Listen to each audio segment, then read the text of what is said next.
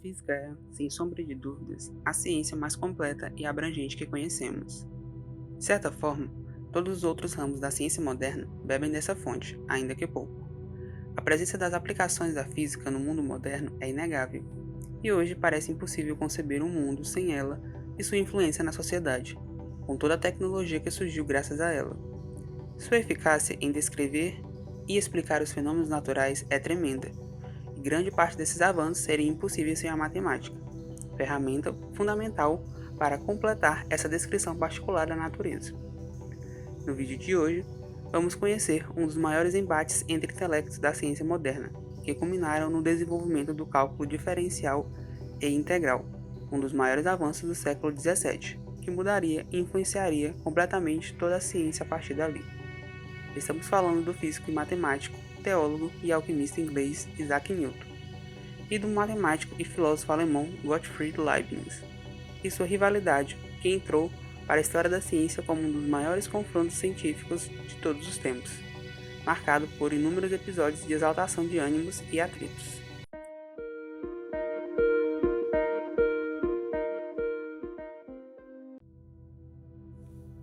Bom, antes de começarmos a falar de todo esse confronto de gênios, vamos nos situar sobre cada um e onde estavam nesse momento frutífero para a matemática e ciência. Isaac Newton nasceu no dia 25 de dezembro de 1642, mesmo ano da morte de Galileu Galilei, em uma aldeia no interior da Inglaterra. Seu pai havia falecido meses antes do seu nascimento, o que implicaria mais tarde no segundo casamento de sua mãe, deixando o jovem Newton aos cuidados da avó materna. Newton, até os 17 anos, teve uma infância e adolescência normal para um garoto da época, até que sua mãe, viúva pela segunda vez, tentou tornar Newton um fazendeiro e fazê-lo cuidar dos negócios de seu falecido padrasto. O jovem Newton nunca demonstrou muito apreço ou gosto pelo cargo, e claro, nada dessa história acabou dando certo. Foi só em 1661 que adentrou na renomada Universidade de Cambridge. Lá, ao ter contato com obras de Aristóteles, Descartes, Galileu e Kepler, por exemplo, Newton começou a adquirir sua bagagem como cientista. Um pouco mais tarde, em 1665, sua carreira acadêmica foi brevemente interrompida devido ao surto da peste, fazendo com que Newton retornasse para a fazenda de sua mãe, dedicando esse tempo de isolamento aos seus estudos individuais. Essa época é considerada o ano miraculoso de Newton, pois nele houve o desenvolvimento de sua maior contribuição para a física, além da matemática, onde surgiu o teorema binomial, que seria o estopim para o surgimento da sua própria notação do cálculo diferencial e integral. Suas contribuições para a física, presente nesse ano miraculoso de Newton, e suas descobertas, dariam um vídeo por si só. Então, se quiserem que eu traga mais vídeos sobre a história da ciência, deixem nos comentários. Paralelamente a tudo isso, vamos situar Leibniz nessa história toda. Nascido em 1º de julho de 1646, na atual Alemanha, e portanto 4 anos mais jovem que Newton, Gottfried Wilhelm Leibniz foi um filósofo e matemático de grande destaque, embora seus estudos não se restringissem só a essas áreas. Sua história paterna é muito semelhante à de Newton. Seu pai, professor de filosofia, faleceu quando o pequeno Leibniz tinha apenas 6 anos de idade. Sua contribuição para a filosofia é notória, sendo essa uma das suas grandes áreas de destaque. Mas aqui, nosso interesse é sua contribuição para a matemática. Em 1676, data-se a descoberta do cálculo com a sua notação, ou seja, ambos, Leibniz e Newton, desenvolveram o cálculo quase que ao mesmo tempo, e de maneira independente. Mas isso sabe-se apenas nos dias de hoje, séculos depois de toda essa confusão. Nos anos que se seguiriam, ambos iriam acusar-se mutuamente de ter cometido o plágio, o que geraria uma série de momentos de atrito entre os dois intelectuais. O que complicou tudo foi o fato de ambos terem se comunicado através de cartas, abrindo margem para especulações e desavenças. Cronologicamente, temos a seguinte sequência de acontecimentos. Os contatos diretos entre Newton e Leibniz começaram em 1676. Em junho daquele ano, Newton escreveu uma carta para Oldenburgo, que eventualmente chegou às mãos de Leibniz. Nessa carta, Newton tratava do teorema binomial e de séries infinitas. Essa primeira carta levou cerca de 6 semanas para chegar às mãos de Leibniz.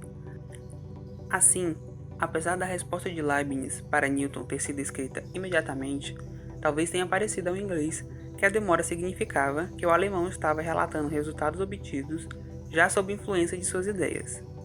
Em sua resposta, Leibniz descrevia seu próprio trabalho sobre séries e pedia explicações sobre os argumentos expostos na primeira carta. Newton escreveu uma segunda carta, agora dirigida diretamente a Leibniz em 24 de outubro de 1676, mas que só chegou às mãos do destinatário em junho de 1677, pois Leibniz estava na cidade de Hanover naquele momento. Alguns autores acreditam que Newton já tinha desconfianças a respeito de Leibniz estar roubando suas ideias no momento em que escreveu essa carta. Ele menciona que tinha obtido um método geral para o traçado de tangentes, a determinação de máximos e mínimos e outros tópicos. Newton ainda não mencionava sua notação de fluxos e fluentes, mas provavelmente dava a entender a Leibniz que tinha uma teoria. Em 1684, Leibniz publicou o seu método do cálculo diferencial, e em 1686 publicou outro artigo falando do cálculo integral. Em 1711, Newton publicou um artigo no qual acusava Leibniz de ter plagiado seu método de fluxos. Leibniz responde dizendo que nunca teve acesso a esses resultados. A situação só se complicava cada vez mais, pois os partidários de Newton ficavam ao seu lado e passaram a apoiá-lo nos ataques a Leibniz. Vale ressaltar que a essa altura Newton já tinha muita influência no meio científico da Inglaterra, sendo presidente da Sociedade Real de Londres, uma instituição acadêmica de grande renome desde aquela época. De um lado, Newton se sentia-se traído e usava toda sua influência para lutar pelos seus direitos autorais. De outro, Leibniz se sentia injustiçado por não ter suas contribuições reconhecidas. No final, a guerra de interesses permaneceu durante toda a vida dos matemáticos, terminando somente com a morte de Newton em 1727. No fim, quem saiu prejudicado foi apenas a própria matemática e o seu desenvolvimento, mais na Inglaterra do que na Alemanha, já que com a polarização dos lados do conflito, ambos os lados não colaboravam e não mantinham qualquer contato, impedindo que avanços significativos fossem alcançados, o que certamente ocorreria se eles trabalhassem juntos. Hoje, sabe-se que a notação e o formalismo adotados por Leibniz eram mais eficientes, tanto é que são utilizados até nas disciplinas de cálculo diferencial e integral. Com isso, o cálculo na Inglaterra, que acabou se isolando de qualquer influência externa, não teve tantos avanços, enquanto que as teorias de Leibniz e seus complacentes dominaram a Europa. A grande verdade é que Newton descobriu o cálculo anos antes, entre 1666 e 1669, e em 1671 já tinha escrito sua versão do cálculo diferencial e integral, mas devido à sua grande timidez e por medo de críticas às suas obras, compartilhou apenas com grupos de amigos mais próximos. Leibniz teria descoberto o cálculo 6 anos depois, entre 1675 e 1676, e publicaram sua notação em 1684 e 1686, ou seja, primeiro que Newton, que só o faria pela primeira vez em 1704, o que gerou toda a confusão. A grande verdade é que as duas versões são completamente diferentes, embora descrevam o mesmo processo, e seria impossível, visto as condições apresentadas, um ter plagiado o outro. De qualquer forma, é inegável que ambos eram dois exímios matemáticos, e contribuíram bastante para a constituição da ciência moderna, ainda que as desavenças pessoais tenham sido turbulentas entre eles. Esse ano miraculoso de Newton, assim como o de Einstein, foi a inspiração para o nome do canal. Se vocês quiserem mais vídeos sobre história e embates científicos, deixem um like e comentem bastante. O próximo pode ser entre Thomas Edison e Nikola Tesla.